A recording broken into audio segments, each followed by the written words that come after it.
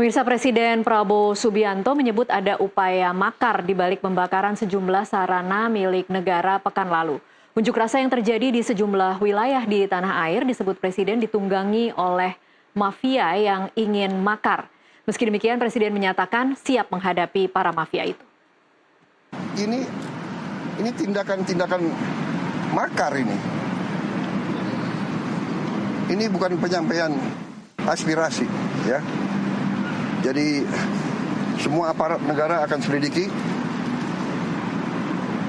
siapa yang bertanggung jawab, ya. Saya menduga kita sudah ada indikasi-indikasi dan kita akan tidak ragu-ragu. Saya tidak ragu-ragu membela rakyat. Saya akan hadapi mafia-mafia yang sekuat apapun saya hadapi atas nama rakyat. Saya bertekad memberantas korupsi. Sekuat apapun mereka. Demi Allah, saya tidak akan mundur setapapun. Saya yakin rakyat bersama saya. Terima kasih. Wassalamualaikum warahmatullahi wabarakatuh. Pemirsa, siapa mafia yang disebut Presiden Prabowo Subianto dan bagaimana upaya makar bisa digagalkan? Kita akan bahas bersama narasumber yang sudah tersambung melalui sambungan Zoom. Dari Surabaya, Jawa Timur, kita bergabung dengan Kepala Pusat Kajian Keamanan Nasional dari Universitas Bhayangkara, Profesor Hermawan Sulistyo atau yang akrab dipanggil Mas Kiki. Dan juga dari Bandung, Jawa Barat, kita tersambung dengan Ketua Indonesia Police Watch IPW, Sugeng Teguh Santoso. Selamat sore Pak Sugeng, selamat sore Mas Kiki. Selamat sore. Iya, selamat sore. Iya, dengan Tasya ya. Iya, dengan Tasya Pak Sugeng dan Mas Kiki. Iya. Saya ingin mulai dulu ke Mas Kiki mungkin ya. Kita dalam 2 hari berturut-turut mendengar Presiden Republik Indonesia menyebut kata makar. Kemarin ketika setelah pertemuan dengan dengan para pimpinan parpol, Presiden menyebut ada mengarah kepada makar dan terorisme, dan hari ini di depan Rumah Sakit Polri usai menjenguk korban demo juga mengatakan ini tindakan-tindakan makar, bukan penyampaian aspirasi. Menurut Anda, Mas Kiki, kekhawatiran Presiden ini bisa dimaklumi atau terlalu berlebihan? Nah, tentang penggunaan istilahnya dulu. Penggunaan istilah makar itu adalah penggulingan kekuasaan negara yang sah secara inkonstitusional. Nah, apakah demo-demo ini bisa menggulingkan presiden? Bisa saja nanti, gitu. Tapi kalau sekarang belum sampai ke sana. Ini hanya kerusuhan, ya, kerusuhan dengan tindak kejahatan yang bersamaan dengan kerusuhan itu, bergandengan dengan kerusuhan itu. Baik. Jadi kategorinya belum makar dalam pengertian penggulingan kekuasaan, gitu. Belum. Bisa jadi, bisa iya, bisa tidak. Jadi ini masih terlalu jauh kalau menurut Mas Kiki? Iya, tapi jauh nggak jauh itu kan tergantung perkembangan situasi. Bisa jadi bukan hanya rencana tapi tindakan penggulingan kekuasaan itu bisa nanti malam, bisa besok. Tergantung pelakunya siapa. Kalau pelakunya bersenjata bisa saja nanti malam, besok, atau bisa saja bulan depan, gitu. Oke, Mas Kiki, kalau kemudian diminta untuk lebih dijelaskan lagi secara nyata, apa sebenarnya indikator-indikator yang kemudian bisa disebut sebagai tanda-tanda mengarah ke makar? Nah, kalau yang pertama sudah terjadi kerusuhan, ya, ini riot, ini sudah riot kategorinya. Nah, kalau riot itu tidak terkendali, akan ada korban-korban berjatuhan, dan ini baru satu kemarin. Hari ini kita mendengar 4 orang lagi dari Makassar. Kalau tidak bisa dikendalikan, ini akan meluas sehingga memungkinkan sekelompok orang atau seseorang untuk memanfaatkan situasi ini untuk menggulingkan kekuasaan. Gitu. Itu indikatornya. Nah, secara konkret kita lihat ada batas jumlah korban di mana masyarakat akan ikut atau tidak. Nah, kalau ikut, itu artinya ya akan terguling, pemerintahannya akan runtuh gitu. Kalau tidak ikut, bisa saja dia hanya menjadi penonton, dan kalau penonton biasanya menarik diri dalam situasi makar, menarik diri, nggak mau ikut-ikutan, sehingga yang terjadi adalah adu kekuatan dari kelompok-kelompok yang bertarung untuk kekuasaan gitu.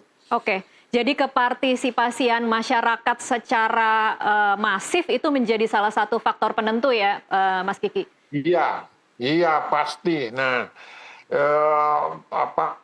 di semua negara itu yang terjadi perebutan kekuasaan, dan kalau dia kekuasaan itu berganti, terguling, lalu ada perubahan-perubahan secara masif, maka itu namanya revolusi.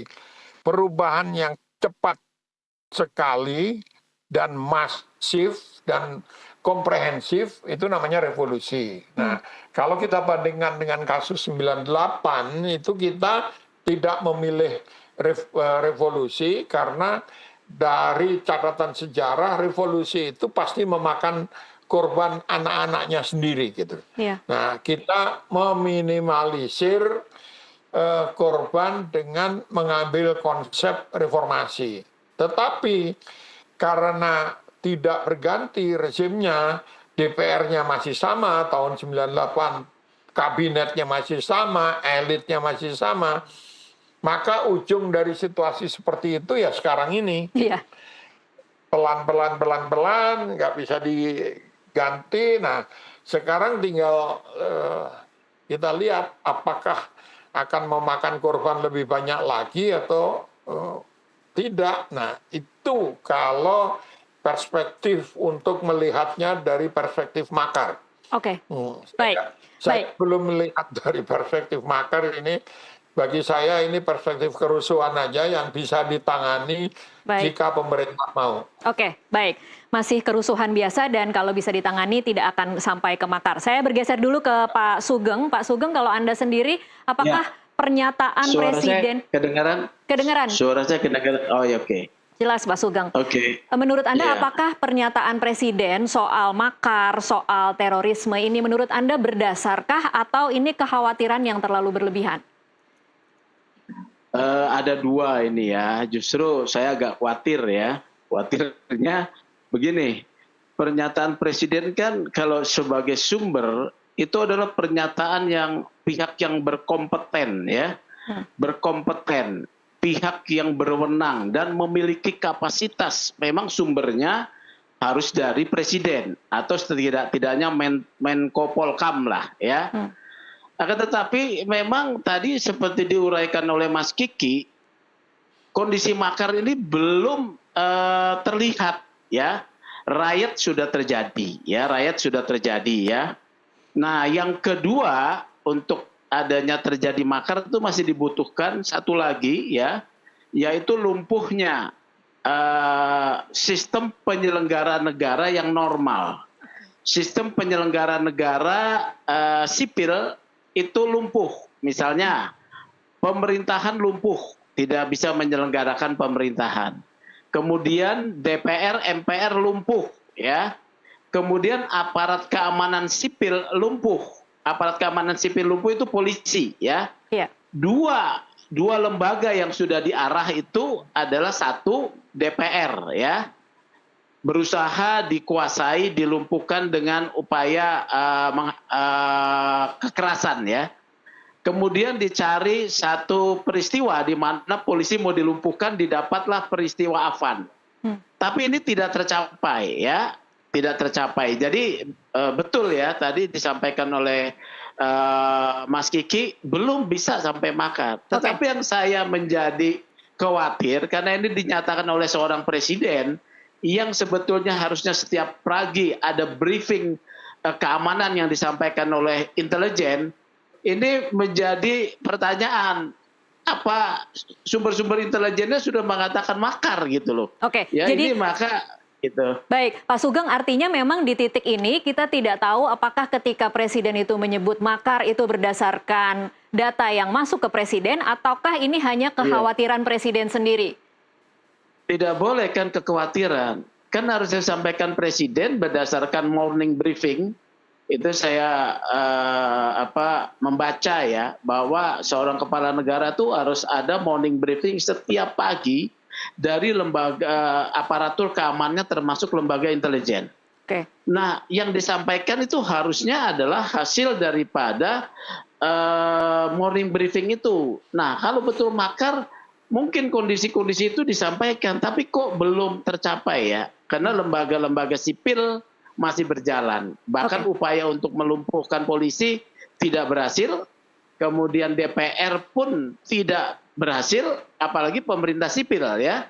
Jadi belum ada, tapi memang baru kerusuhan aja tindak pidana ini ya, yang harus diselesaikan oleh mekanisme hukum. Itu sih. Baik. Pak Sugeng, saya ingin bicara soal konsekuensinya ketika seorang presiden kemudian menyebut kata makar. Apa kira-kira yang ingin dicapai oleh presiden dengan menyebut kata makar? Dan kemudian kalau mungkin lebih lanjut lagi, saya kutip perkataan presiden adalah, saya tidak akan mundur setapak pun. Saya yakin rakyat bersama saya. Apa kira-kira tujuan presiden? Iya, soal ekspektasi atau tujuan presiden ya, itu presiden sendiri yang tahu. Tetapi ada satu kewajiban yang harus dipertanggungjawabkan secara akuntabel dari pernyataan presiden adalah presiden harus mewujudkan pernyataannya dalam satu proses penegakan hukum. Karena pemerintah sipil masih berjalan dan sebagai konsekuensi negara hukum, maka presiden harus mewujudkan itu dalam satu penindakan hukum. Kalau tidak dilakukan, itu omon-omon seperti yang biasa dikatakan oleh presiden ya. Oke. Harus diwujudkan ini. Siapa? Karena data itu hanya presiden yang memiliki kewenangan untuk kemudian memerintahkan aparatur kejaksaan, kepolisian, dalam hal ini kepolisian yang menangani tindak pidana makar ya, untuk mewujudkan dalam satu proses penegakan hukum. Kalau tidak nanti kasihan deh Pak Prabowo hanya dibilang omon-omon nih ya. Jadi begitu menurut saya. Oke, harapannya seperti apa yang Pak saya tidak tahu ya, tapi akuntabilitasnya harus diwujudkan dalam satu bentuk penegakan hukum. Tapi jangan kemudian jangan mencari kambing hitam gitu ya. Itu catatannya. Oke, baik. Jadi mungkin dalam bayangan, mungkin Pak Sugeng bisa koreksi, dalam bayangan saya, kemudian ketika menerjemahkan jawaban dari Pak Sugeng tadi, artinya dalam beberapa hari ke depan seharusnya kita bisa tahu atau polisi bisa menangkap orang-orang yang kemudian dicurigai ingin melakukan kegiatan makar. Begitu ya kira-kira Pak Sugeng? Betul. Oke, baik. Saya pindah dulu ke Mas Kiki lagi. Mas Kiki, bagaimana Anda memaknai ketika seorang presiden dalam 2 hari berturut-turut mengatakan ada upaya makar? Kira-kira strategi apa yang sedang dilakukan oleh Presiden Prabowo? Itu melancarkan strategi deteren itu. Jadi pesan keras kepada kelompok-kelompok yang melakukan demo-demo dengan kekerasan ini atau mensponsori demo-demo ini. Saya udah tahu kamu loh. Yang kedua, saya nggak takut, saya akan babat kamu. Nah, jadi pesan itu ditujukan pada mereka gitu. Okay. Nah, yang jadi masalah kan tadi Mas Sugeng juga sudah ngomong, ini pesan ini secara eksplisit disampaikan gitu. Kalau yang saya lihat, apakah mereka bergetar atau tidak? Karena efek deteren itu orang bergetar karena takut gitu. Nah, kita lihatlah beberapa hari ke depan. Karena itu kan ada orang-orang yang menunjukkan secara jelas, saya dibayar 300.000. Terus ada orang-orang yang ketangkep basah loh ini. Tapi laki-laki yang disalahkan kan polisi. Kalau saya, polisi harusnya tarik mundur, jangan di garda depan lagi, karena memang tingkat kekerasan yang digunakan oleh demonstran itu sudah memenuhi syarat untuk dilakukan penanganan dengan tingkat kekerasan yang setara. Baik. Itu prinsip dari semua aturan penanganan riot ya. riot control tidak di Indonesia saja yang sudah diatur dalam berbagai perkap dan aturan kepolisian, tapi juga di seluruh dunia ini norma harus dipatuhi. Saya berkali-kali menyebut kalau di Inggris itu ada riot control untuk pelatihan penanganan kerusuhan, dan pada saat terjadi kerusuhan diterapkan semuanya itu gitu. Dan di kita tidak ada ya Mas Kiki ya? Di kita tidak ada ya? Di kita nggak ada. Okay. Saya sarankan sih ke depan ada, karena kita lebih banyak rusuh daripada di Inggris. Iya, baik. Mas Kiki, Pak Sugeng ditahan dulu, nanti akan kita lanjutkan di segmen selanjutnya. Kita akan pertajam lagi karena selain menyebut ada kata makar, Presiden juga hari ini menyebut saya menduga kita sudah ada indikasi-indikasi dan saya akan hadapi mafia-mafia yang sekuat apapun. Tetaplah bersama kami akan kembali usai jeda.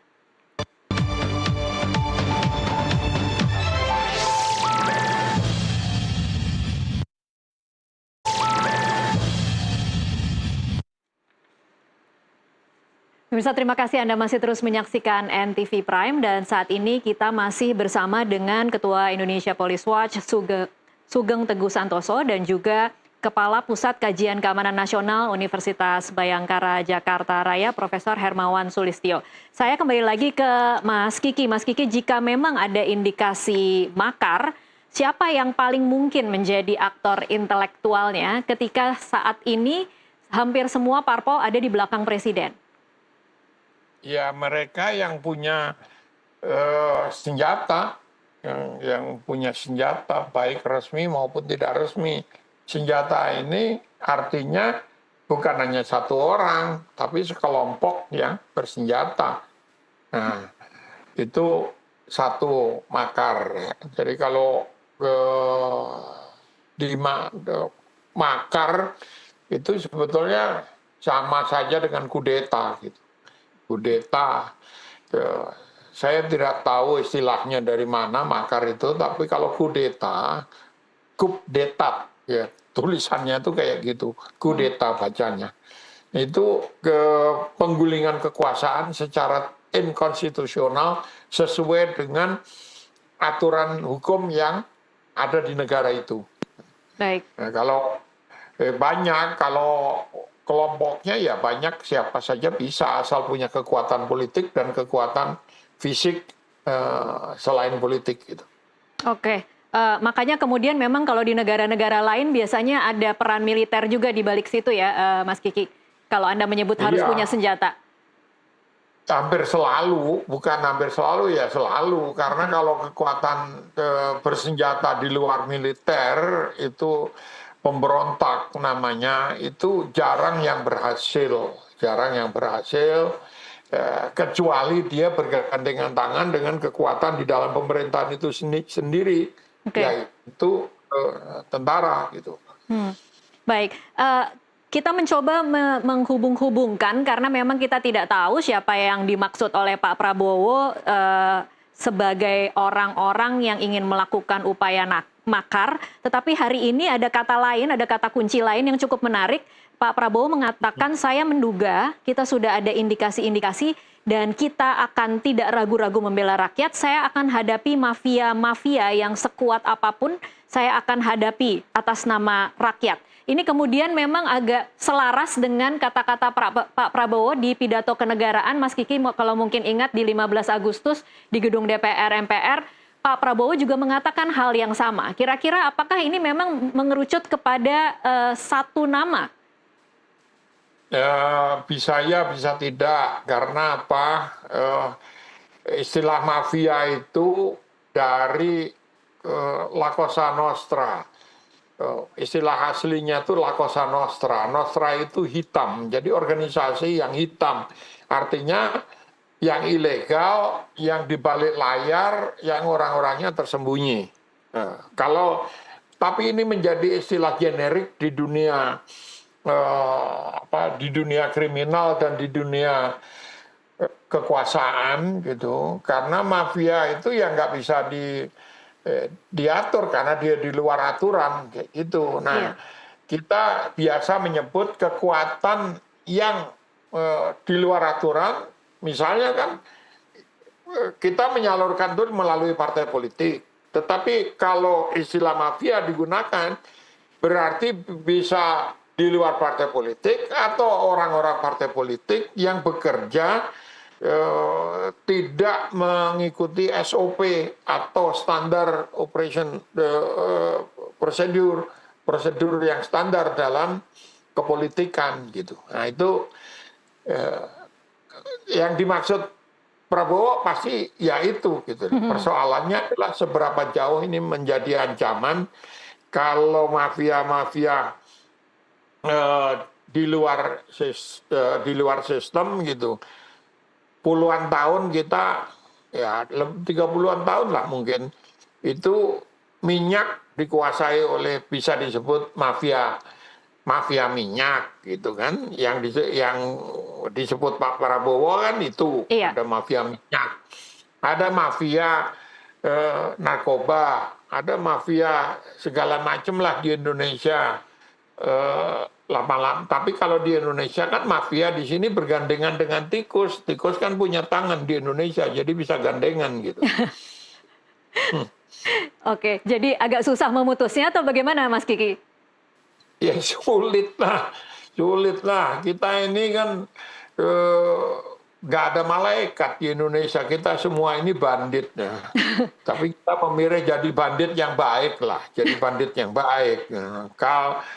Kalau langkah-langkah yang ditempuh Presiden mengambil jalan tengah itu tidak keras seperti di Cina, itu karena menyadari bahwa kita semua ini bandit gitu. Nah kalau kita bandit, kita memang penjahat, ya kita jadilah penjahat yang baik lah.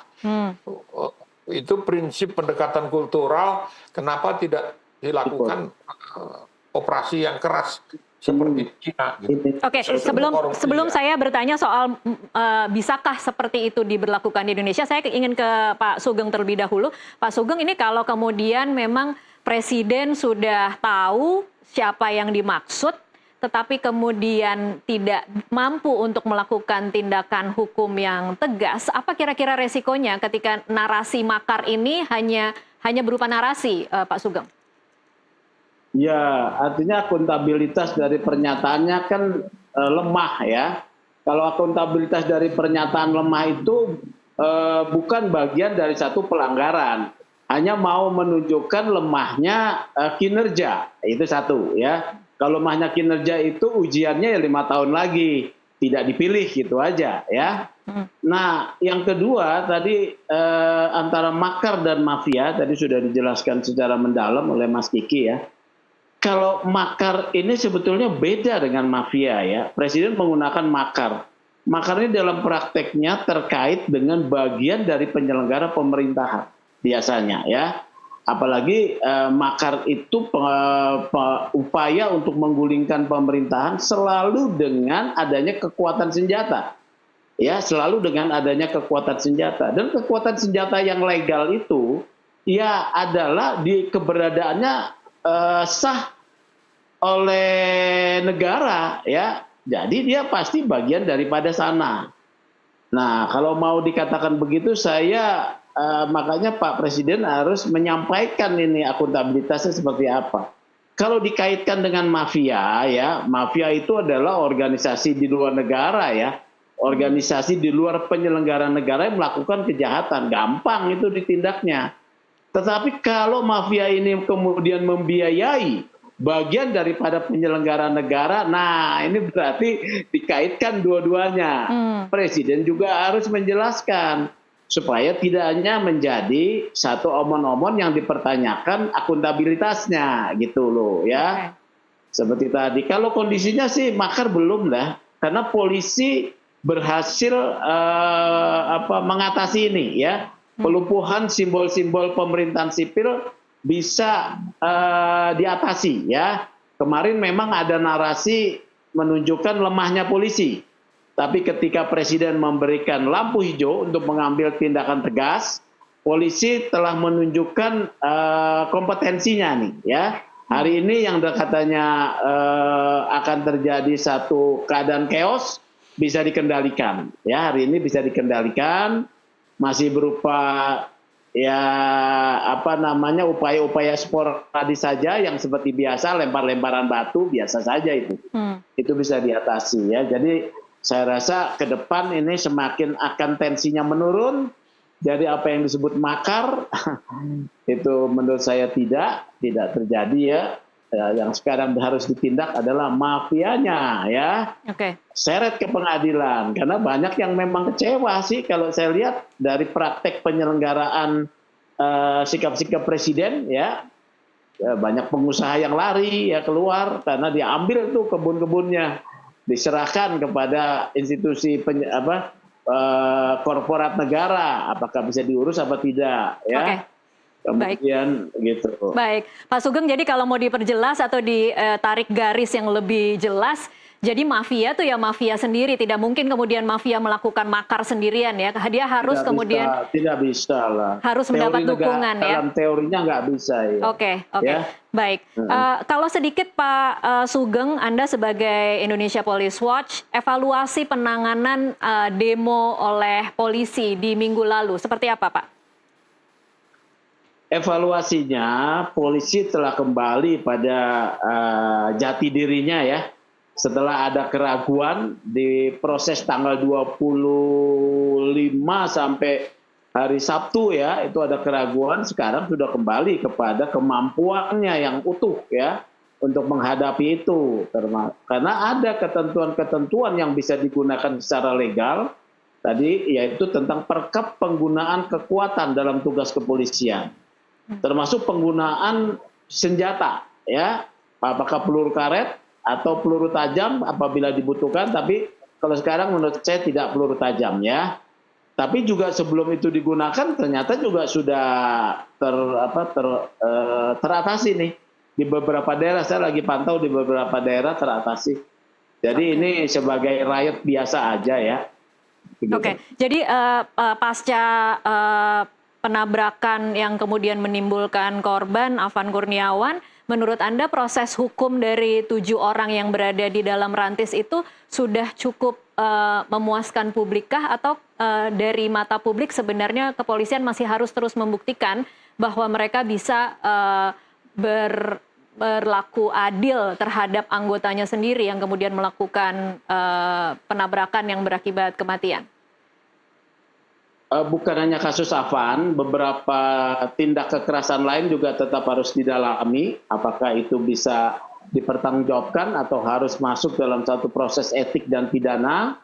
Misalnya yang di mana itu Jogja, ya itu harus didalami supaya ada kejelasan. Nah, terkait polisi ya, 7 kasus Afan ini kan sudah terlokalisir sebagai kanalisasi proses hukum ya.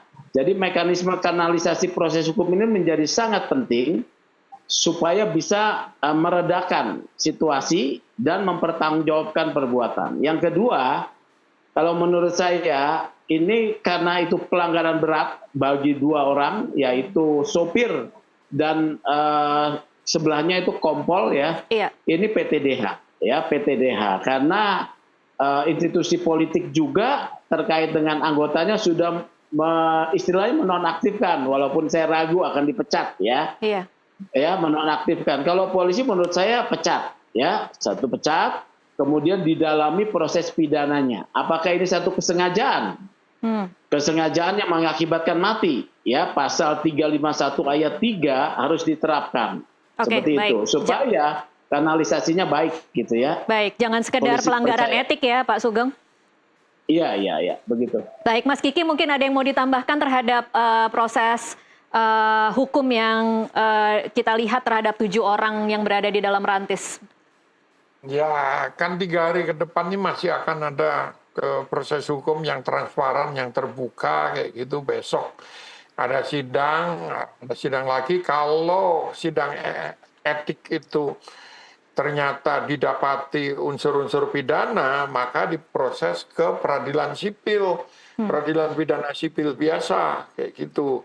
Nah, ini yang tidak disadari oleh banyak orang, bahwa polisi itu sekarang sudah sipil.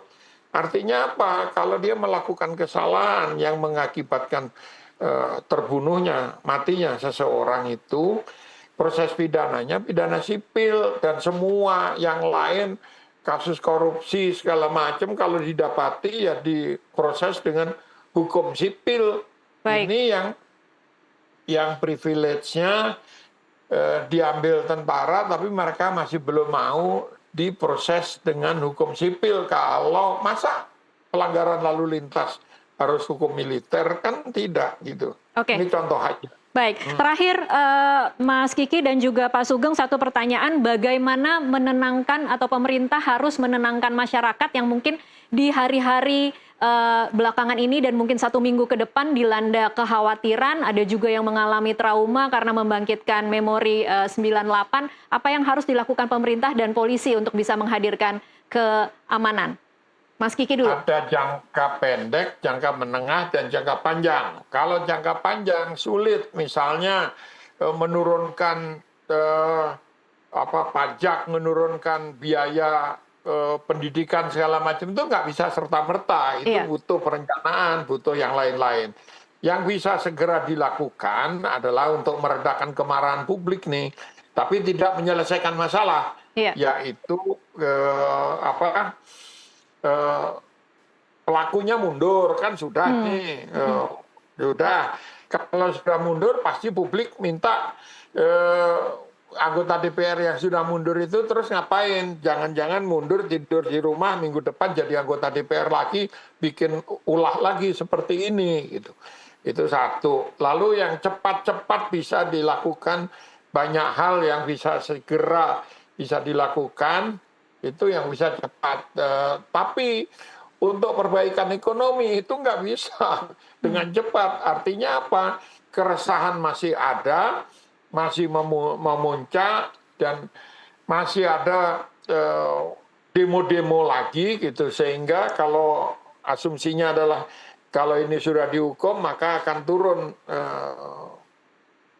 nafas demonya. Enggak, belum tentu, karena ada yang tuntutan jangka panjang, tuntutan reformasi ini itu segala macam, itu masih lama, dampaknya masih akan lama. Iya, publik berarti harus realistis juga dengan tuntutan-tuntutan mereka ya, Mas Kiki berarti. Iyalah, uang tuntutannya juga aneh-aneh, kan ada 13 tuntutan, yang ada satu jenis tuntutan itu 13 poin.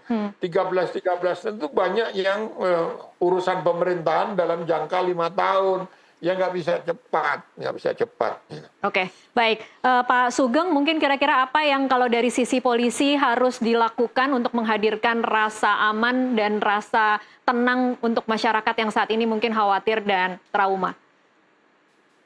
Sudah dilakukan ya, itu respon cepat ketika Afan ditabrak ya. Malam itu juga kan Kapolri dan Kapolda langsung melakukan pendekatan personal ya pada keluarganya Afan, kemudian minta maaf ya, walaupun tetap diserang ya, minta maaf. Kemudian ada proses hukum juga malam itu ya, itu menurut saya satu langkah yang tepat ya. Dan kepada korban-korban lain juga harus dilakukan hal yang sama pada setiap wilayah. Pimpinan setempat, Kapoldanya harus responsif untuk mendatangi rumah-rumah korban gitu, ya itu yang terdekat gitu. Kemudian kedua, penggalangan kepada para kelompok aksi ya, penggalangan untuk tidak melakukan tindakan-tindakan yang lebih anarkis ya, pengrusakan segala macam. Kalau penggalangan ini sebetulnya keahliannya polisi nih. Dia punya kemampuan, punya sarana ya, punya kemampuan dan sarana lah ya. Dan yang ketiga ini kan sudah dilakukan ya, proses mengatasi ini sudah menuju kondusif. Tapi yang paling penting adalah bagaimana nanti orang bisa sekolah tidak sulit ya. Ekonominya kemudian harapannya baik, lapangan kerja ada, yaitu jangka panjang lah. Kemudian teladan oleh pemimpin, jangan Anda itu berjarak ya dalam hal kekayaan segala macam. Jangan berjarak lah, itu menyakiti hati masyarakat itu. Baik. Itu deh ya. Iya, baik. Terima kasih Pak Sugeng dan juga Mas Kiki untuk waktunya bersama kami di NTV Prime. Dan pemirsa, tetaplah bersama NTV Prime. Kami masih akan kembali usai jeda berikut.